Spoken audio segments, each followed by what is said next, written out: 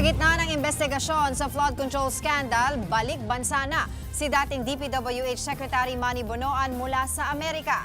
Ayon sa Bureau of Immigration, dumating si Bonoan sa NAIA kahapon ng umaga sakay ng China Airlines mula sa Taipei, Taiwan.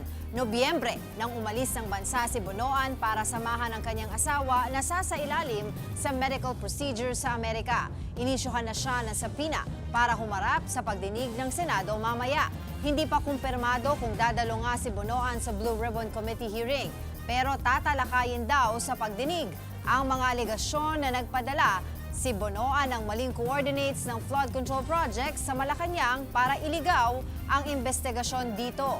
Bago ang pag-uwi ni Bonoan, iginiit ni Ombudsman Boyeng Remulla na overstaying na umano ang dating kalihim sa Amerika at pwede na siyang i-deport ng US Embassy.